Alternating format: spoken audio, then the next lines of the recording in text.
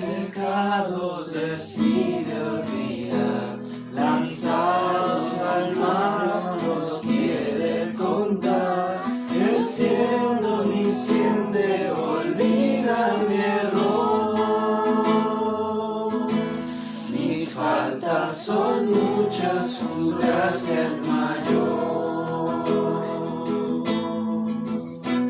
Paciente me aguarda en mi desviar, un Padre eterno me llama al orar. Recibe al débil y vil pecador. Mis faltas son muchas, su gracia es mayor. Gloria a Dios, su gracia es mayor. Sus misericordias hoy nuevas son, mis faltas son muchas, su gracia es mayor. Qué grandes riquezas Él nos otorgó, su sangre fue el pago, su vida entregó, pagó esa deuda y la canceló. Mis faltas son muchas, su gracia es mayor.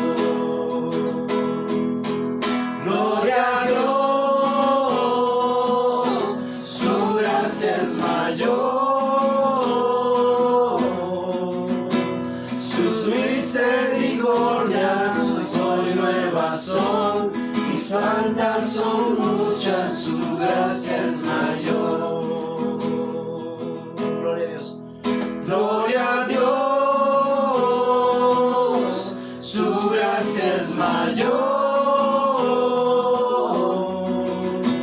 Sus misericordias hoy nuevas son, mis faltas son muchas, su gracia es mayor. Mis faltas son muchas, su gracia es mayor.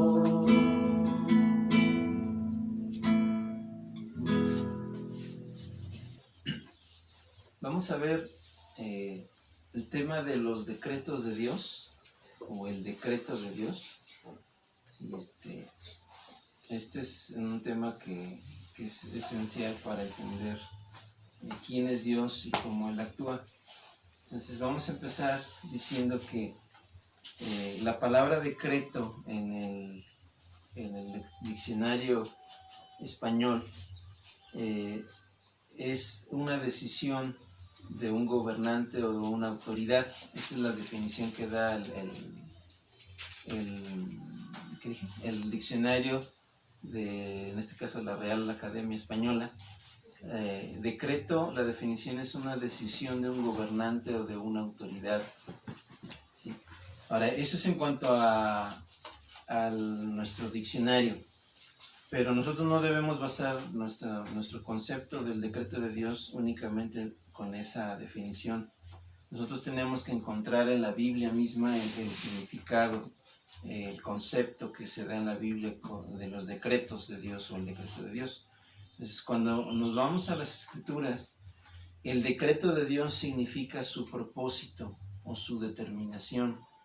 Cada vez que nosotros encontramos esa idea de los propósitos de Dios o las determinaciones de Dios, eso es el decreto de Dios. Y esto tiene que ver con las cosas futuras, lo que Dios ha planeado desde un inicio, vamos a decir, desde la eternidad pasada, todo lo que va a acontecer en el tiempo.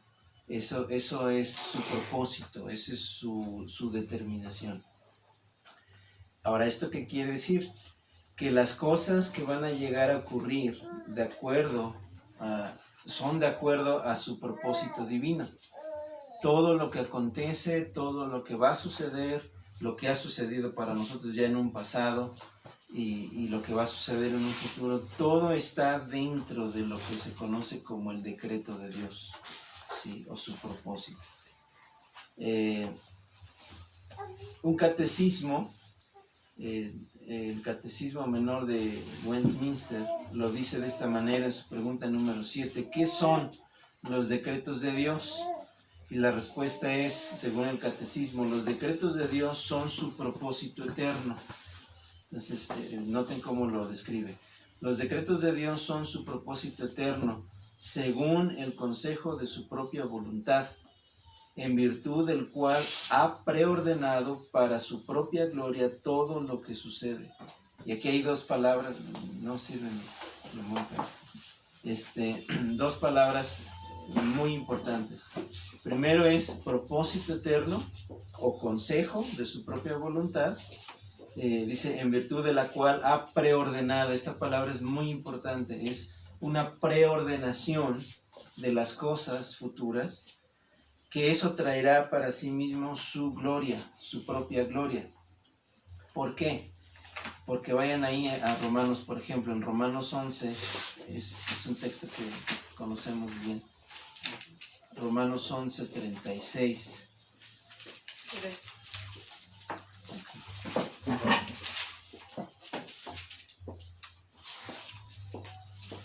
¿Qué dice Romanos 11, 36?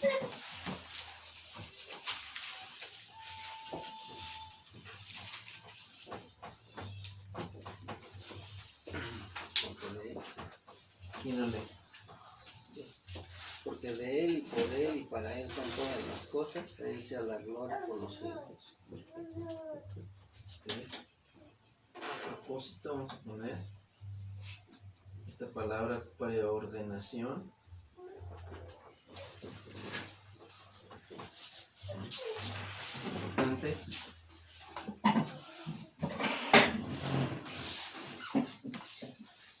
Este propósito eterno,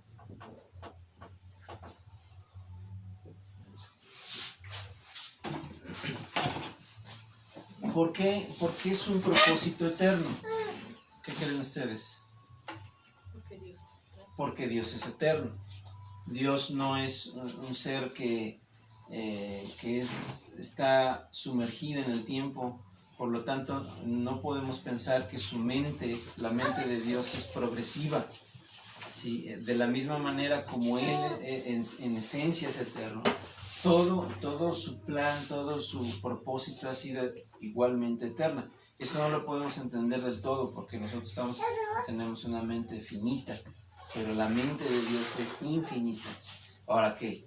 El decreto de Dios, lo que Él ha establecido en su plan eterno, ¿sí?, es donde Él ha preordenado todas las cosas, todos los sucesos, todo lo que va a venir a suceder, ¿sí?, o está más bien sumergido en el propósito eterno o en su decreto, en su preordenación.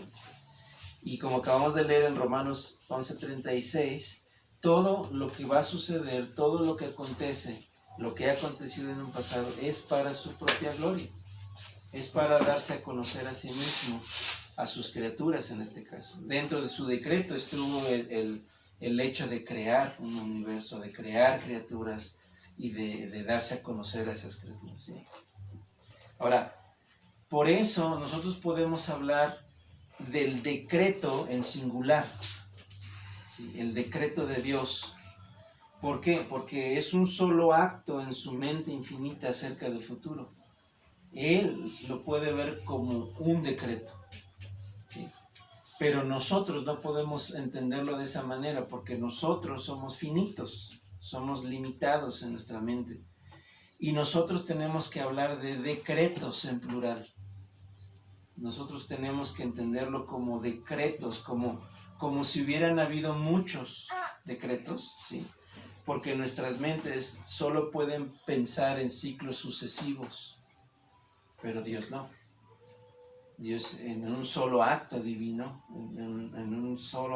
en su mente eterna, Él puede hablar del decreto, del propósito nada más. Pero nosotros tenemos que hablar de los decretos en plural. ¿Hasta aquí se entiende? ¿Se va entendiendo? ¿Sí? Bueno. El conocimiento de Dios entonces no procede gradualmente como el de nosotros. Nosotros tenemos que aprender, nosotros tenemos que ir de acuerdo a nuestra capacidad intelectual vamos aprendiendo cosas, vamos entendiendo cosas, vamos razonando diferentes conceptos, ideas, y vamos conociendo las cosas. Pero en el caso de Dios no. La mente de Dios es infinita, perfecta, eterna, y Él no requiere un estudio de las cosas. Aún su plan, Él no tuvo que idearlo, a ver si pasa esto, entonces yo voy a hacer esto, y si hay esta cosa, entonces yo voy a hacer esta otra. Nosotros pensamos así, pero Dios no. En Hechos 15:18, vamos a ver otro texto. Hechos 15:18.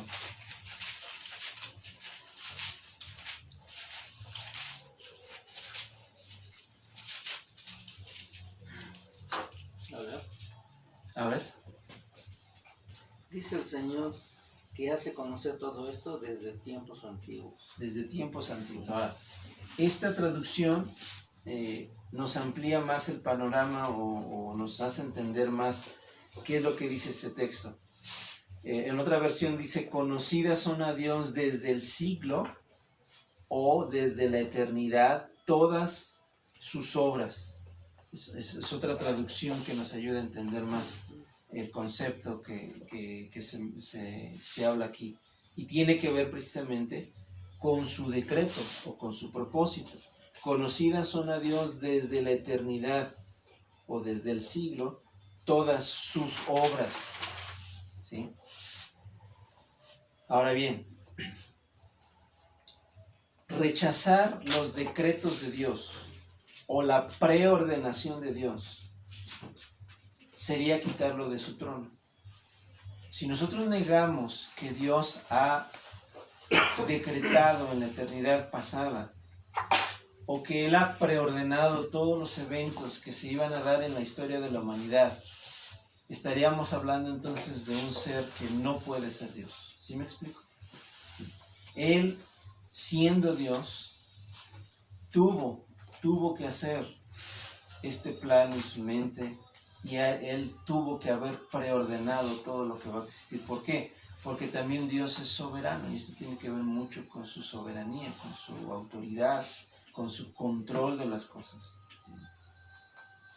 Si nosotros rechazamos el decreto de Dios o sus decretos o la preordenación de Dios, es como si Dios fuera un mero espectador de las cosas e incapaz de hacer algo al respecto de lo que está ocurriendo. Por ejemplo, si nosotros fuéramos a ver una obra de teatro, ¿sí? ¿Qué somos? Somos meros espectadores. Nosotros no tenemos el control de lo que va a ir sucediendo en la obra. ¿Sí? ¿Por qué? Porque dependiendo lo que se está viendo ahí, no sabemos lo que viene después. Pero ahora esa ilustración nos ayuda a entender entonces que Dios no es un mero espectador. No, Dios es el autor de todo lo que va a suceder y Él en control ha preordenado cada suceso. Matthew Henry, un comentarista, lo dice de esta manera: no importa cuántos planes y propósitos pudiéramos hacer, a fin de cuentas todo tomará el rumbo hacia la meta final que Dios ha predeterminado. Voy a repetir. No importa cuántos planes y propósitos pudiéramos hacer, hablando de nosotros, a fin de cuentas todo tomará el rumbo hacia la meta final que Dios ha predeterminado. Podemos tener planes nosotros, podemos hacer muchas proyecciones a futuro, sea lo que se nos permita hacer, de todos modos Él va a llegar, Él va a venir, o esas cosas vendrán, ¿sí? a cumplir el propósito de Dios. El Salmo 2.7, ahí encontramos precisamente la palabra decreto, ¿sí? En el Salmo 2.7. Vamos a ver varios textos, así que voy rápido. Salmo 2.7 dice: yo publicaré el decreto, Jehová me ha dicho, mi hijo eres tú, yo te engendré hoy. Aquí está la palabra decreto. ya como tal en la Biblia. Salmo 2:7. Y esta palabra decreto aquí en el Salmo es una palabra hebrea que significa promulgación o también ordenar o trazar. Aquí encontramos esta idea de preordenación, pero es ordenar,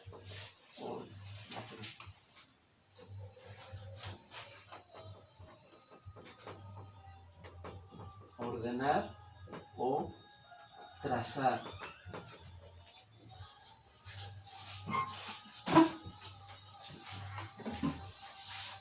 Por ejemplo, ¿qué se entiende por trazar?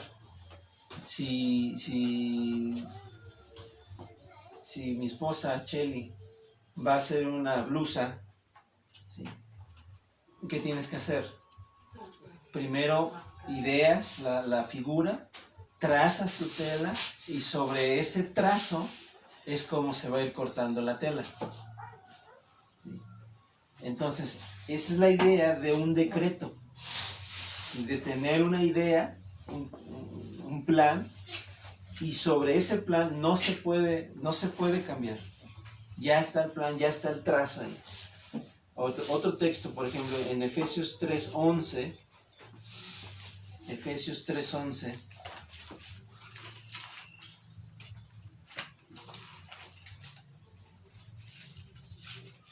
Dice: conforme al propósito eterno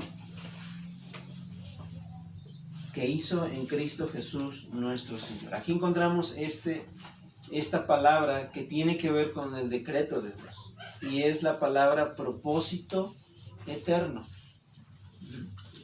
Es la primera frase que escribimos ahí en el pizarrón. ¿Sí? La versión antigua dice la determinación eterna. Esto es la intención de Dios, su propósito eterno. Estamos dejando que la Biblia hable entonces con respecto a este tema. Hechos 2:23. Hechos 2:23.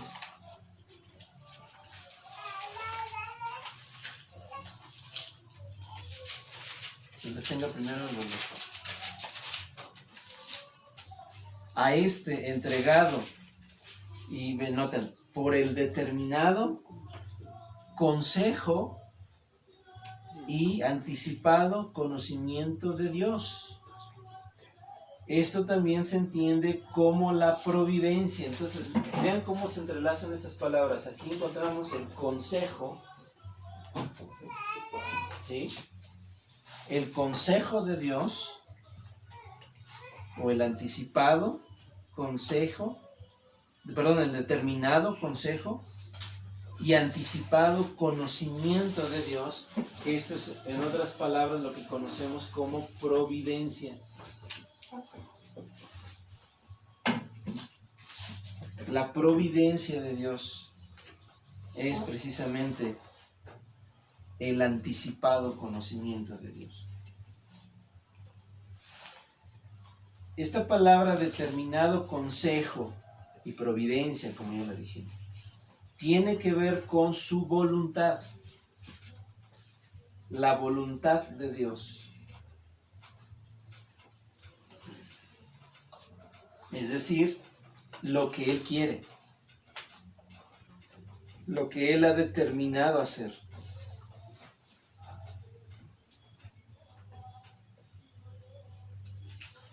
Ahora, en Efesios 1:9.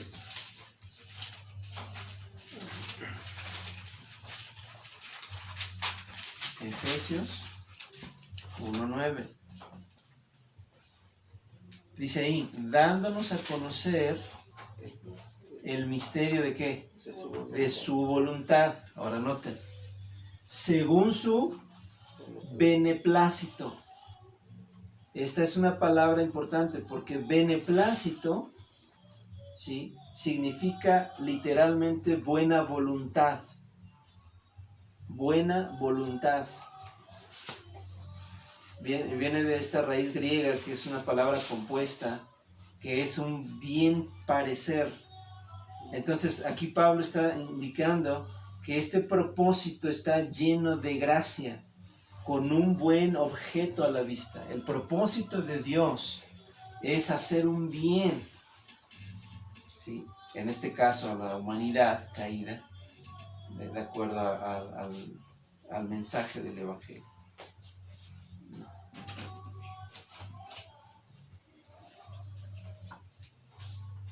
Pues hasta aquí, ¿se va entendiendo? Bueno, espero que sí.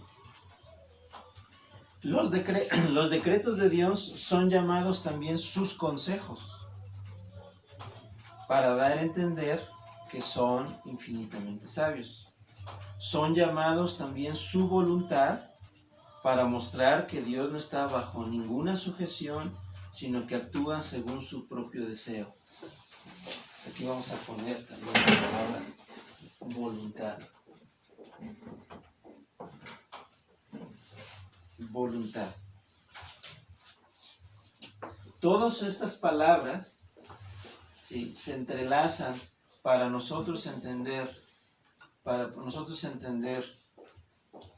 esta doctrina del decreto de Dios.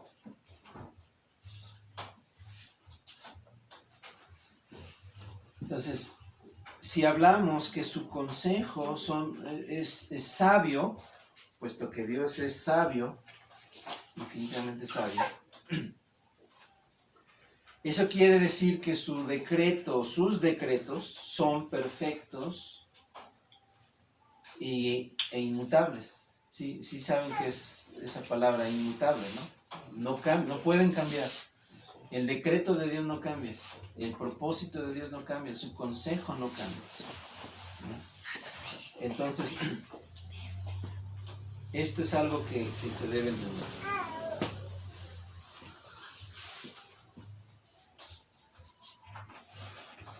Vamos allá a Efesios otra vez, en el capítulo 1.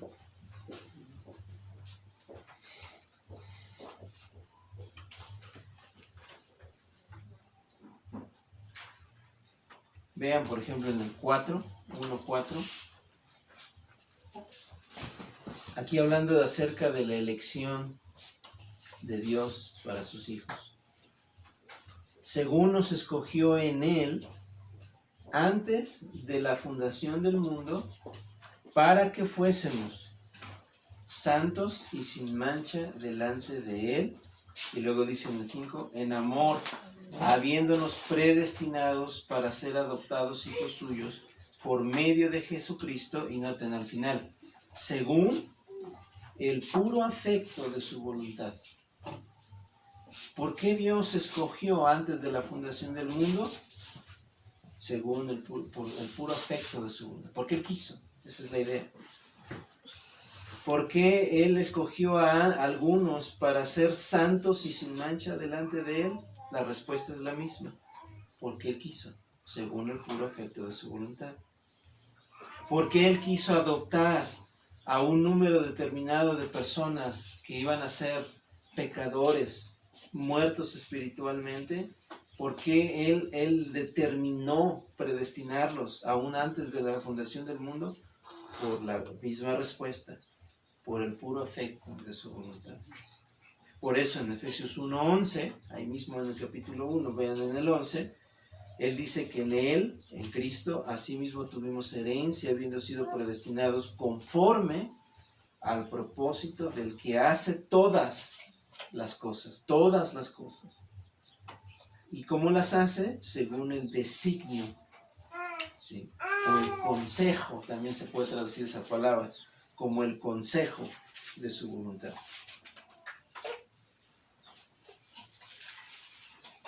Ahora, en estos textos que hemos visto hasta ahorita, nos enseñan claramente no solo la doctrina de la elección, que se menciona aquí principalmente, por la cual el pueblo de Dios se salva eternamente, sino toda la doctrina universal de los decretos de Dios.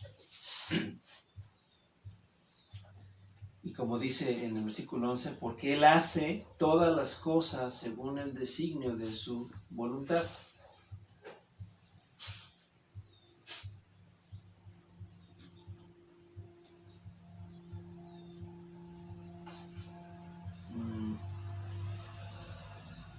Ahora quiero leerles algo aquí que tengo en mis apuntes. Si entendemos entonces por la Escritura que Dios es omnisciente, ¿qué significa que Dios es omnisciente? Que todo lo sabe. Que todo lo sabe, es todo sabio. Que Dios es omnipotente, ¿qué quiere decir eso? Que todo lo puede, que no hay ninguna limitación a Él. Y además, entendiendo por la Escritura, que Él es infinito, que Él es eterno, exactamente, y que es inmutable. Ahora bien, vean, la doctrina entonces de los decretos de Dios agrega a las doctrinas de su omnisciencia y su omnipotencia el hecho de que estos atributos involucran eternamente un acto de la voluntad o elección o determinación de Dios por el cual Dios ha preordenado todo lo que sucede. O sea, su decreto es de la misma manera, no puede ser frustrado porque Él es todopoderoso, no puede tener fallas porque Él es todo sabio, no puede tener imperfecciones porque Él es inmutable. Su decreto es perfecto.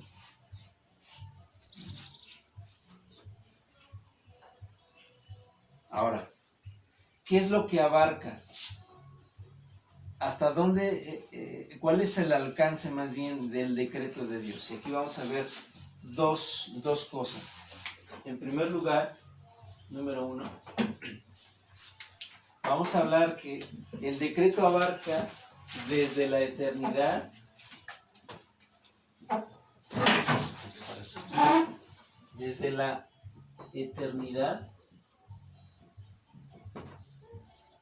pasada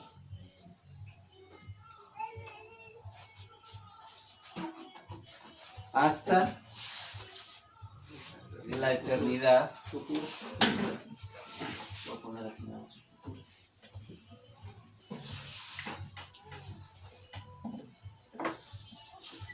¿Cuál es el alcance entonces del decreto de Dios? Bueno, podemos entenderlo que el decreto de Dios, puesto que es un decreto eterno, porque Dios es eterno, abarca desde la eternidad pasada, para nosotros es eternidad pasada, hasta la eternidad futura. Es como podemos entenderlo únicamente, porque para Dios no es así. Dios no está pensando en el pasado y qué va a pasar en el futuro. Él es un solo decreto, un solo propósito completo ahí. No lo podemos captar, pero Dios es así. Por ejemplo, vamos a 2 Timoteo.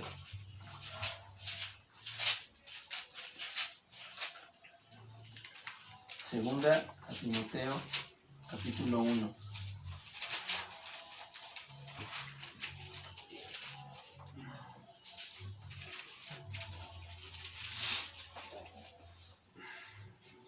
Estamos aquí entonces. ¿Por qué decimos que desde la eternidad pasada?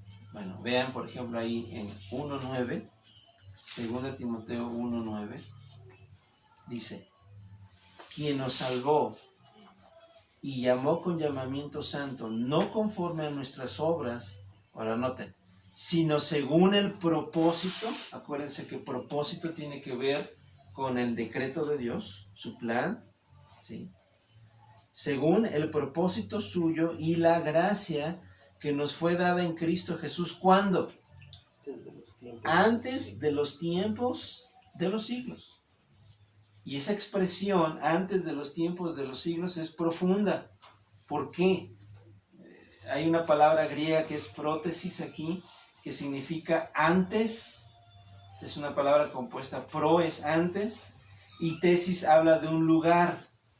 Y la idea es de un llevar adelante. La palabra sugiere un plan deliberado, una proposición, un plan anticipado, una intención o un designio. Y otra vez vean en el texto, antes de los tiempos de los siglos. ¿Qué se puede decir como antes de la eternidad?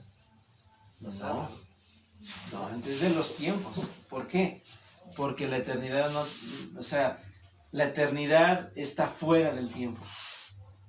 Y no, ya no tiene que ver con nosotros en ese sentido. No, exactamente. Dios está en una esfera, y no puedo decir que está en encapsulado, no, al contrario.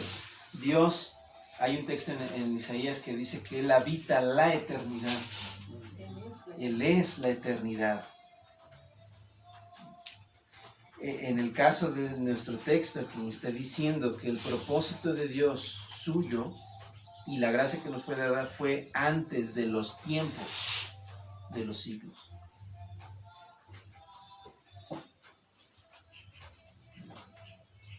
Eso quiere decir entonces que este propósito o este decreto suyo y la gracia que nos fue dada fue desde antes de los tiempos eternos, o como lo hemos puesto aquí, desde una eternidad para nosotros, una eternidad pasada. Vean otro texto en el Antiguo Testamento, en Isaías. Isaías 14.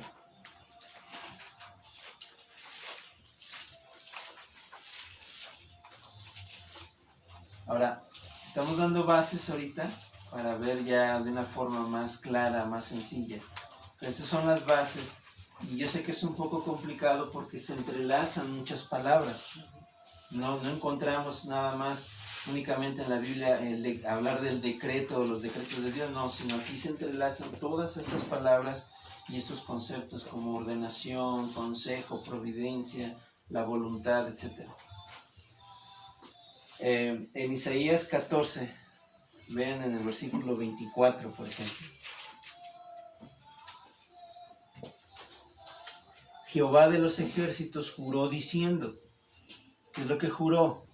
Dice Dios, ciertamente se hará de la manera que lo he pensado. Ahí está un plan, ¿sí? Ahí está una determinación, y será confirmado como ¿qué? Como lo he determinado.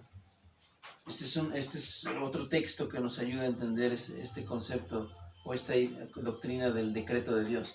Se hará de la manera que lo he pensado y será confirmado como lo he determinado.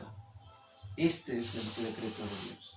Y ahí mismo en Isaías, pero ahora en el 46, capítulo 46.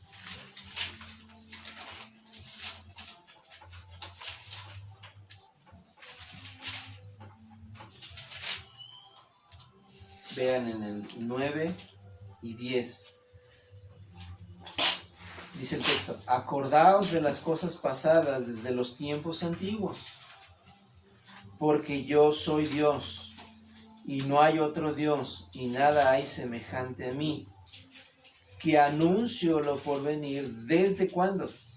Desde el principio, y desde la antigüedad, lo que aún no era hecho. Ven cómo el plan se extiende hacia lo futuro, pero Él es el único que sabe lo que va a pasar. Que digo, mi consejo, ahí está la palabra consejo, mi consejo permanecerá, es decir, no va a cambiar, ese plan no puede cambiar, mi consejo permanecerá y haré todo lo que quiero para su gloria. Es esto. Entonces, decíamos, ¿hasta dónde, cuál es el alcance de este decreto? Ahorita estamos viendo acerca de la eternidad pasada para nosotros, ¿sí? Pero abarca hasta la eternidad futura. Y vamos al Salmo 33, aquí. Salmo 33.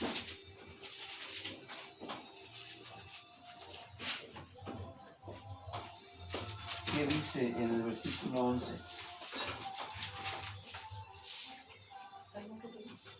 33:11. El consejo de Jehová permanecerá para siempre, los pensamientos de su corazón por todas las generaciones. Bien.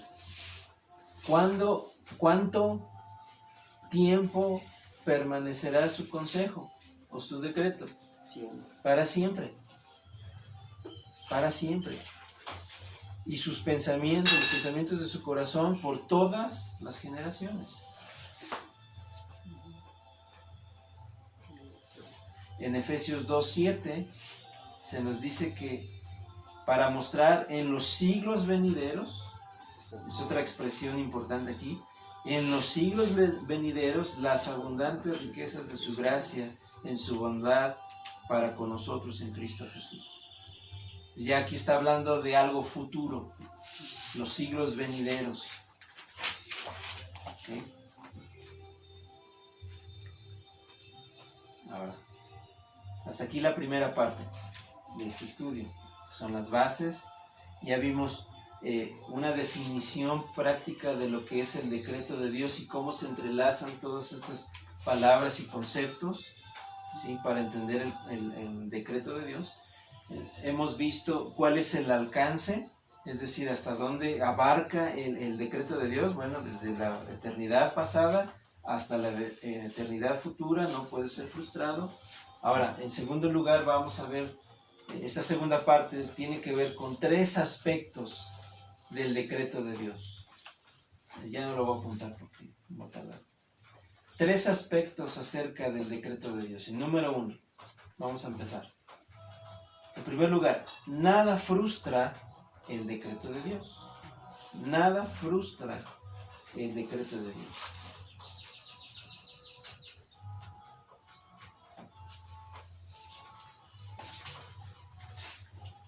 Ahora, cuando estamos hablando del decreto, vuelvo a repetir esto, tiene que ver con lo que la Biblia habla de su voluntad. Ahora, cuando se habla en la Biblia de la voluntad de Dios, debemos entender dos conceptos que la Biblia maneja de la voluntad de Dios. Una es la voluntad decretiva de Dios, a veces llamada también su voluntad secreta o soberana. Pero también hay una voluntad que es preceptiva. ¿Qué quiere decir esto? De preceptos, de mandamientos, que es lo que Dios quiere que nosotros obedezcamos. Primero, voluntad decretiva y la voluntad preceptiva. Preceptiva es una palabra que no usamos mucho, pero tiene que ver con preceptos o mandamientos. Ahora, ¿dónde encontramos estos 2 conceptos que estoy hablando? Por ejemplo, vayan a Deuteronomio 29. Deuteronomio 29. Aquí les tengo. Una y cuarto. ¿Cuándo? Una y cuarto. Deuteronomio 29.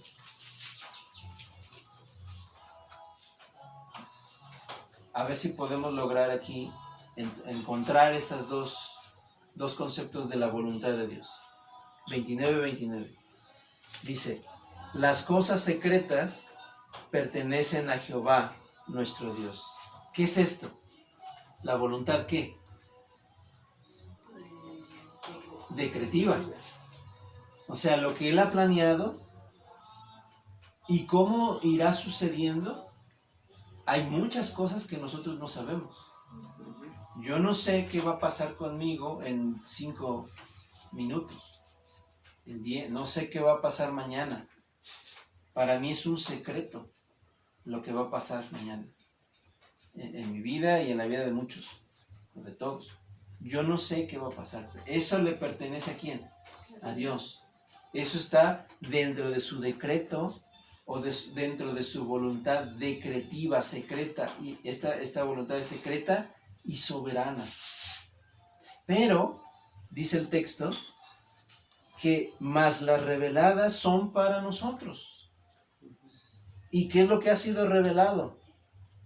Su palabra, sus preceptos, por eso hablamos de una voluntad preceptiva, sus mandamientos. Y dice, las reveladas son para nosotros y para nuestros hijos por siempre. ¿Para qué? ¿Cuál es el propósito de esa voluntad revelada? Para que cumplamos, dice el texto, todas las palabras de esta ley. Es decir, para obedecerlas. Entonces, noten, la voluntad secreta de Dios es la norma para sus acciones, lo que Él hace. Pero su voluntad revelada es la norma para nuestras acciones, para nuestro comportamiento. Ahora aquí voy a hacerles una pregunta, si es que me van siguiendo. La voluntad decretiva de Dios, escuchen bien, ¿puede ser frustrada? No. ¿Por qué? Porque es algo Porque que ya ya lo determinó, es determinó. algo que él ya decretó. Ok. Ahora, la voluntad preceptiva de Dios, ¿puede ser frustrada por los hombres? No. ¿No? Cuando Bueno. dice entonces un mandamiento, no dirás falso testimonio, ¿se cumple la voluntad a la perfección, la voluntad preceptiva de Dios? No, Pues porque no. ahí ya somos responsables nosotros, ¿no? Entonces, O sea, no, o sea, sí, porque nosotros somos falibles, ¿no? O sea, o sea, no le llevamos tal como es, ajá. o Entonces, no la cumplimos. ¿se ¿no? quebranta la voluntad preceptiva de Dios, sí o no? Sí, sí. Ese es el detalle. La voluntad decretiva, esa, por más que quisiéramos cambiarla, no cambia. No, porque viene de Dios. Tampoco la voluntad preceptiva, pero la voluntad preceptiva o de mandamientos, nosotros los hombres como pecadores sí la quebrantamos. Sí, la quebrantamos. Sí. Vuelvo a repetir esta frase. La voluntad secreta de Dios es la norma para sus acciones, pero la voluntad revelada es la norma para nuestras acciones. Esa es la norma, esto es lo que está revelado, lo que nosotros debemos obedecer, pero no lo obedecemos. ¿Sí? Ahora, estamos hablando aquí del decreto secreto de Dios. Ahorita, su voluntad decretiva, hablando de esa voluntad decretiva, esa es la que no puede ser resistida. ¿Sí me explico? Lo que Él ha determinado en su plan, eso no puede ser resistido, eso no puede ser frustrado, no puede ser cambiado. Porque Él lo que ha determinado, Él lo hará.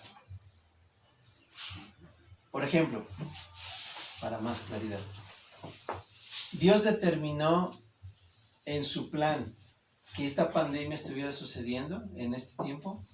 Obvio, entendemos que sí. Por más que yo ayune y ore y haga lo que yo quiera, ¿eso va a frustrar ese plan y Dios lo va a quitar o lo va a eliminar? No. No. Pero cuando hablo de oración, estoy hablando de su voluntad preceptiva, porque Él nos ha mandado a orar. Y Él nos ha mandado a orar como la oración es un medio que también ha preordenado para que también Él haga lo que Él quiere hacer en su plan. En otras palabras, Él puede usar la oración dentro de su plan eterno para hacer cosas y cambiar cosas. Pero ese cambio de cosas no es porque Él cambió de plan, sino porque ya estaba preordenado. Cuando estábamos estudiando el libro de Jonás, ¿cuál era el plan inicial de Dios? Que él fuera a predicar a niños. Sí, Jonás. más que nada la salvación Sí, pero ¿cuál era el plan de Dios en su mente? Salvar a Nínive. ¿Cuál fue el medio? El medio fue la predicación de Jonás, pero el medio también fue la oración y el clamor de todos los ninivitas. ¿Sí? ¿Cambió Dios su plan? No, no lo cambió. Pero Dios escuchó la oración de ellos, sí. ¿Sí? Y aunque aparentemente cambió el plan, porque Jonás así lo entendió, ¿sí? que no los destruyó como Dios había dicho, sino que los perdonó, aparentemente cambió, no, eso estaba ya en el plan eterno de Dios. Ahora, vamos a ver 1, 2, 3, 4, 5 versículos. Y quiero aquí que lo repartamos. Cheli, busca por favor Proverbios 19, 21 y lo vas a leer, por favor. Proverbios 19, 21.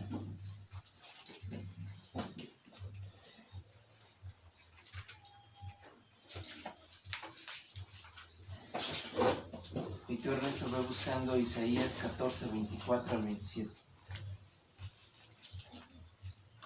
¿Tienes proverbio ya? A ver, ¿lo puedes leer? Muchos pensamientos hay en el corazón del hombre, mas el consejo de Jehová permanecerá. Fíjense.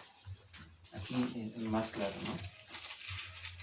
Podemos tener muchos pensamientos en nuestro corazón, pero ¿qué es lo que va a permanecer? No nuestros pensamientos, no nuestros planes. Lo que va a permanecer siempre es el consejo o el decreto de Dios.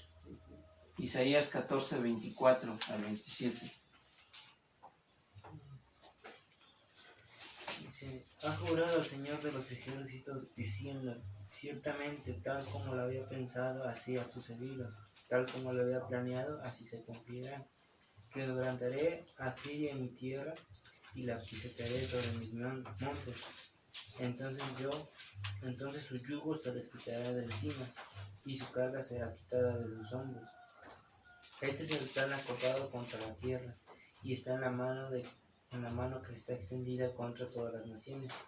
Si el Señor de los ejércitos lo ha determinado, ¿quién puede frustrarlo? Y en cuanto a su mano extendida, ¿quién puede volverla atrás? ¿Sí se entiende? El plan era, ¿cuál era el plan aquí de Dios? Que iba a quebrantar al asirio, a la nación asiria. Y acuérdense que Jonás, ¿a dónde fue a predicar? A Siria. Nínive era la capital de Asiria. Sí, entonces, en el tiempo de Jonás, su propósito fue perdonar a esa generación y a esa ciudad de Nínive. Pero Dios aquí, en este texto de Isaías, su propósito era quebrantar a la Asiria. Y dice en el 26, en nuestra versión, este es el consejo, otra vez consejo ahí, que está acordado sobre toda la tierra, y esta la mano extendida sobre todas las naciones, porque Jehová de los ejércitos lo ha determinado. Y la pregunta, es una pregunta retórica aquí, que la pregunta misma contesta, ¿quién lo impedirá? ¿Cuál sería la respuesta? Nadie. Y su mano extendida, ¿quién la hará retroceder? ¿Alguien puede retroceder los planes de Dios o frustrar los planes de Dios? No, nadie. Ahí mismo en Isaías, ahora vean en el 46, capítulo 46. A ver si lo lees, por favor. 46, 10 y 11. Dice, que anuncio lo por venir desde el principio y desde la antigüedad, lo que aún no era hecho, te digo, mi consejo permanecerá y haré todo lo que quiero, que llamo desde el oriente al ave y de la tierra lejana al varón de mi consejo. Yo hablé y lo haré venir, lo he pensado y también lo haré. Estas son palabras determinantes. Tanto él puede hacer venir al ave del oriente, como puede hacer que de lejana tierra venga un varón o personas. Aquí está hablando también de su soberanía y de su control. Soberano sobre todas las cosas, sobre todas sus criaturas. Pero lo importante, por ejemplo, dice al final del versículo 11, yo hablé y lo haré venir, lo he pensado y también lo haré. ¿Se frustra esto? No se puede frustrar. Salmo 135. Carla, por favor. Versículo 6. Salmo 135, versículo 6.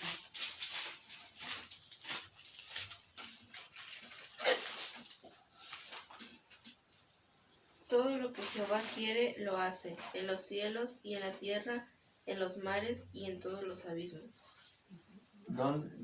¿Cuál es el alcance de este decreto, de este plan, de esta determinación de Dios? ¿Hay algo que se escape de ese control y de ese plan? No, ni en los cielos.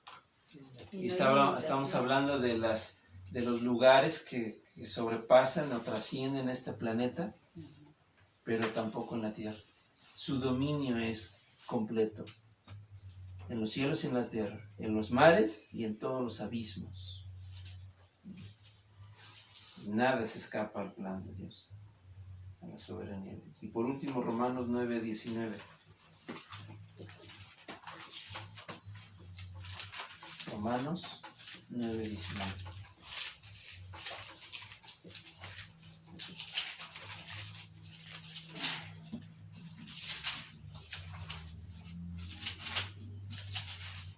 Dice, pero me dirás, ¿por qué pues sin culpa? Y aquí viene la interesante, porque ¿quién, pregunta Pablo, ¿quién ha resistido a su voluntad? ¿Quién? Nadie. Nadie puede resistir su voluntad. ¿Cuál voluntad? Vuelvo a preguntar. La voluntad decretiva. Porque la voluntad preceptiva sí puede ser resistida. De hecho, es resistida por los hombres. Eso no quiere decir que sea que entonces los mandamientos ya no van a valer o pueden pasar los días por alto. No. Pero el hombre pecador sí resiste esta voluntad de sus preceptos, de sus mandamientos. Pero la voluntad decretiva no. Ahora, que quede claro, ninguna de esas dos voluntades va a ser frustrada al final, porque Dios dará el pago a aquellos que resisten la voluntad de preceptos. Dios dará justamente el pago. Pero por lo que nos concierne ahorita, la voluntad decretiva o del decreto de Dios no puede ser frustrada por nada ni por nadie. En segundo lugar, y aquí viene lo divertido, nada escapa al decreto de Dios. Nada escapa al decreto de Dios. ¿Y esto qué quiere decir? Que todo lo que ocurre, lo que ha ocurrido en un pasado para nosotros, lo que está ocurriendo ahora y lo que ocurrirá en un futuro, todo está dentro del decreto de Dios. Ahora, dos cosas aquí. En primer lugar, veremos que la Biblia afirma generalmente que el decreto de Dios es universal. ¿Qué quiere decir esto? Que abarca a todo el mundo. Daniel 4:34. Leo.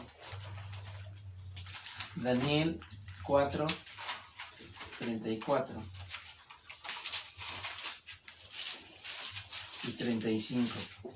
Vean cómo lo expresa aquí el rey Nabucodonosor. Daniel 4:34. Mas al fin del tiempo yo, Nabucodonosor, alcé mis ojos al cielo, y mi razón me fue devuelta, y bendije al Altísimo, y alabé y glorifiqué al que vive para siempre, cuyo dominio es sempiterno, y su reino por todas las edades. Ahora vean, todos los habitantes de la tierra son considerados como nada, y Él hace, según su voluntad, su decreto, su determinación, su consejo, su propósito. Él hace según esto en el ejército, ¿dónde? Del cielo, pero también ¿dónde? En los habitantes de la tierra. Y no hay quien detenga su mano y le diga, ¿qué haces? No hay nadie. Entonces, este decreto, la Biblia afirma que el decreto de Dios es universal. Ya lo vimos, por ejemplo, en Romanos 11:36, porque de Él y para Él y por Él son todas las cosas. Es universal.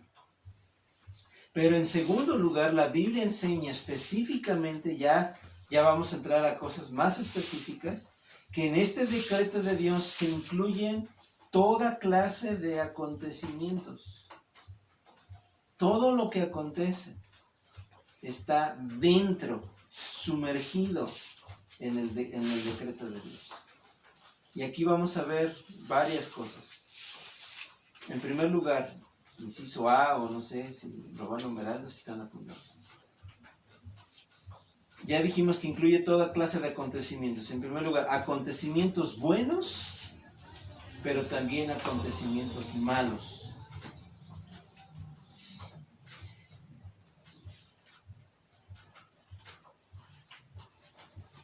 Por ejemplo, en Isaías 45:7 dice que formo la luz y creo las tinieblas. Vean cómo Dios habla en este sentido. Él forma la luz, pero también las tinieblas. Que hago la paz, dice el texto, Isaías 45:7, hago la paz y creo la adversidad. Y es como si él firmara al final del versículo, yo Jehová soy el que hago todo esto. ¿Qué es lo que hace Dios según Isaías 45:7? Él hace la paz, pero también crea la adversidad. Acontecimientos buenos, pero también acontecimientos malos. Ahora, eso no quiere decir que Dios es el autor del mal o el autor del pecado, pero en su preordenación, Él ha ordenado aún, ahorita vamos a ver cosas más interesantes, en la preordenación de Dios, Él manipula el mal sin tocarlo, sin ser su autor. Amós, capítulo 3, versículo 6, apúntalo nada más. Prácticamente él tiene el control de todo. Vamos, ¿qué fue? 3:6. ¿Habrá algún mal, dice el texto? Pregunta Dios. ¿Habrá un mal en la ciudad el cual Jehová no haya hecho?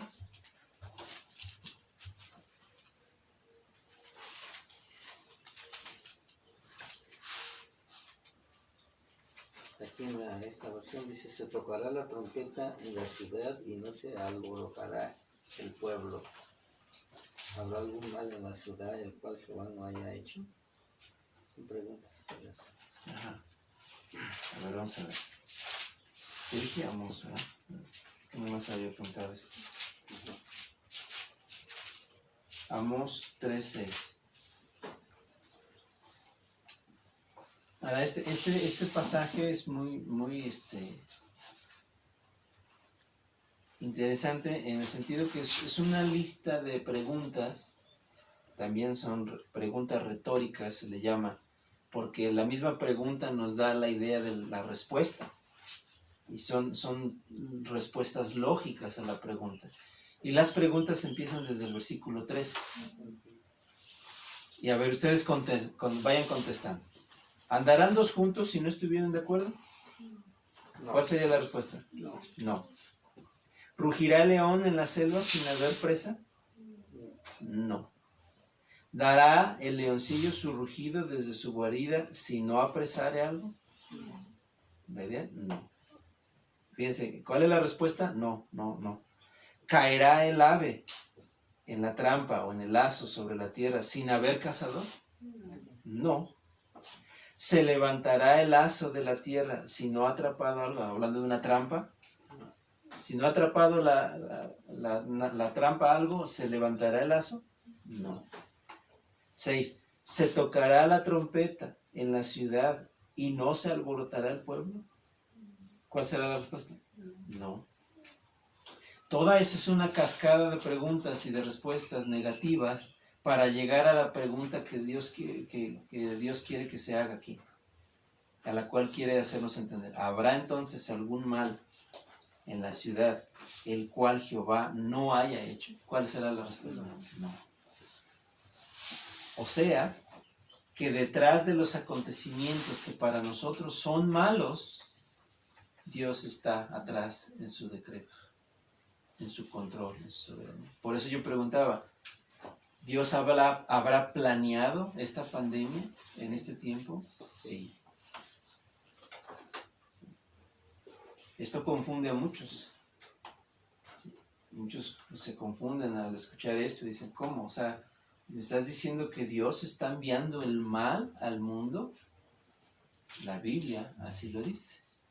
No es su autor, pero Él, manipulando el mal o los tiempos malos, Él lo revierte para su gloria y para el beneficio de su pueblo en cosas buenas, propósitos buenos. Voy a terminar con dos cosas más.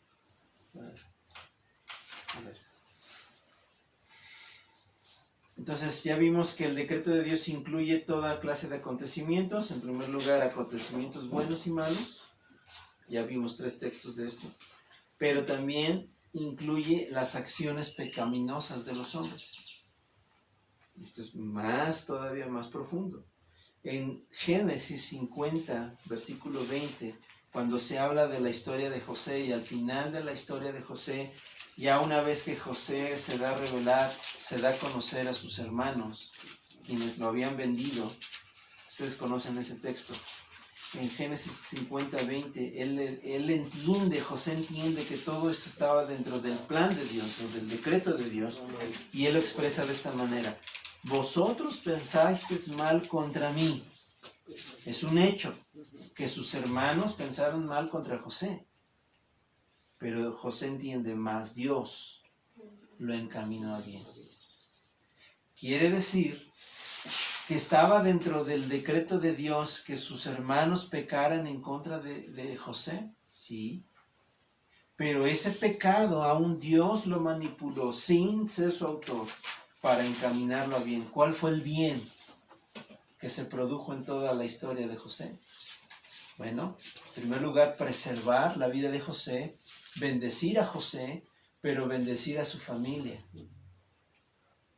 para que el pueblo de Israel se mantuviera vivo en la hambruna que hubo en Egipto y en toda la tierra. Por otro lado, de una manera más amplia, para cumplir la promesa que Dios le había hecho a Abraham, de que de su descendencia vendría un Salvador. Si Jacob hubiera muerto en el desierto por hambre, y sus hijos, ¿qué habría pasado con el plan de Dios? Se hubiera frustrado. Pero como no se puede frustrar, aún el pecado de los hermanos de José, Dios lo usó para bien. Segunda de Samuel, vamos a ver varios textos y con esto termino aquí. Segunda de Samuel 16.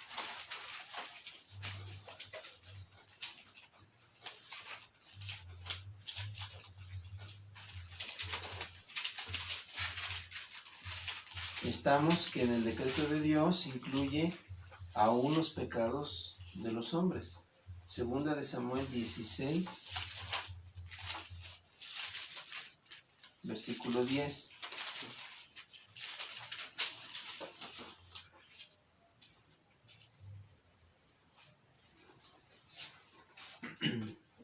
Aquí vemos un evento donde David es perseguido por su hijo Absalón y bueno, algunos que habían simpatizado en contra de David, y en este hombre llamado, ¿cómo se llama? Simeí, si no mal me recuerdo. Bueno, pero vemos en el 16:10, y el rey respondió: ¿qué tengo yo con vosotros, hijos de Sarvia? Si él así maldice, es porque Jehová le ha dicho que maldiga a David. ¿Quién pues le dirá por qué lo haces así? Y dijo David a Abisai y a todos sus siervos: he aquí mi hijo, que ha salido de mis entrañas, acecha mi vida. ¿Cuánto más ahora un hijo de Benjamín? Dejadle que maldiga, pues Jehová se lo ha dicho. Lo que David está expresando aquí es que la maldición que estaba recibiendo de este hombre, David entiende que este era el propósito de Dios. Más adelante iba a pasar algo distinto a este hombre y a esta familia, pero bueno, ahorita no vamos a ver ese detalle. Pero aquí lo que quiero resaltar es que David entiende que en ese momento en que él tiene que estar huyendo y que eran consecuencias de su mismo pecado, ¿sí?, él entiende que todo esto estaba determinado por Dios. Ahí en 2 de Samuel, pero ahora en el capítulo 24,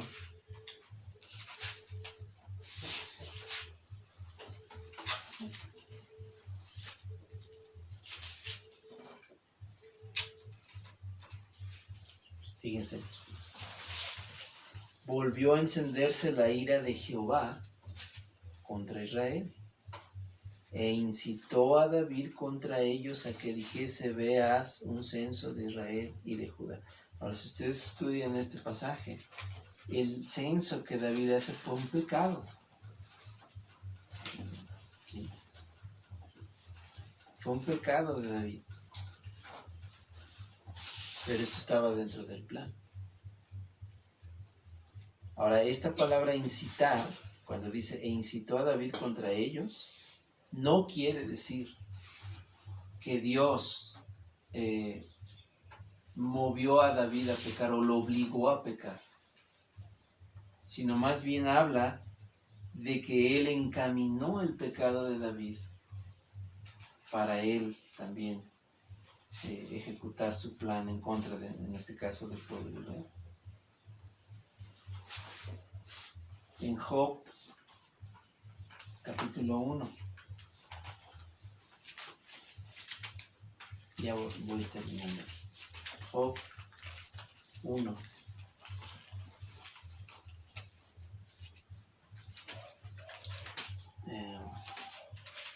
En el 11 y 12 tenemos este diálogo que hay en la esfera, en los cielos, de Dios con Satanás. Y obviamente Satanás, como el máximo pecador, vamos a decirlo de esta manera, ¿sí? Que no tiene una pizca de bondad. ¿Qué hace Dios? Dios le da ciertos poderes, ciertos permisos a Satanás. Y dice en el versículo 11, pero extiende ahora tu mano y toca todo lo que tiene y verás si no blasfema contra ti en tu misma presencia. Y dijo Jehová a Satanás, he aquí todo lo que tienes está en tu mano, solamente no pongas tu mano sobre él. ¿El plan de Dios cuál era entonces? Con Job. Mostrar que él le da recto antes de él. Vamos a decirlo así, está bien. Pero en el plan de Dios estaba la acción pecaminosa del diablo mismo. Y Dios en su plan le permite al diablo, ¿sí?, que tocara la vida de sus hijos, sus riquezas, etcétera, etcétera, solo que él no lo matara. Entonces el diablo cumple aún pecaminosamente los propósitos de Dios. Y los hombres cumplen pecaminosamente muchas veces el plan de Dios.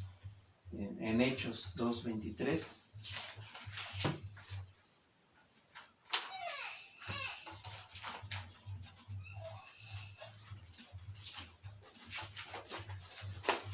Este es un texto muy... 2:23.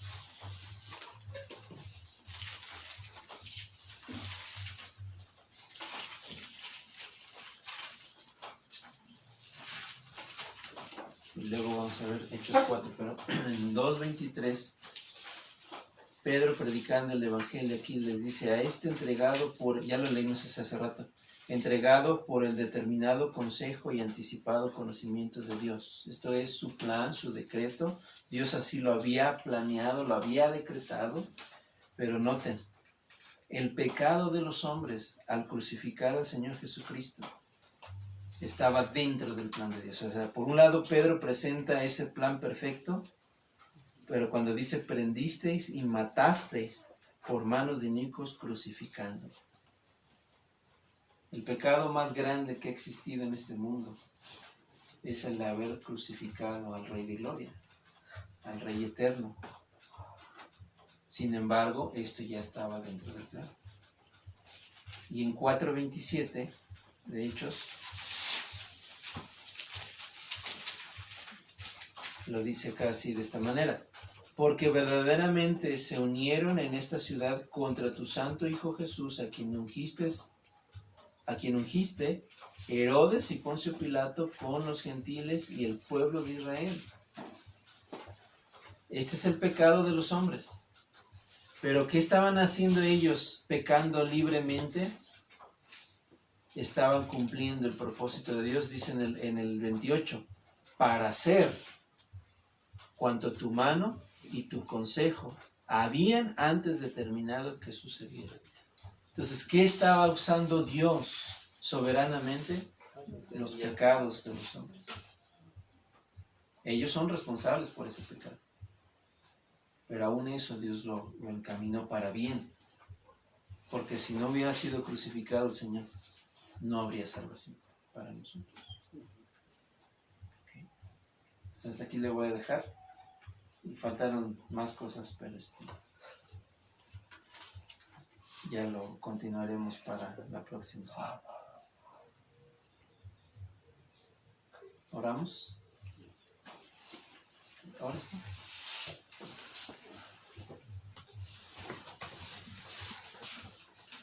Bendito Dios y Padre. Señor, una vez más, Señor, te agradecemos, Señor, por este tiempo, Señor, que nos has permitido escuchar tu palabra y leerla una vez, Señor, para saber y entender cuáles son tus propósitos eternos, Padre.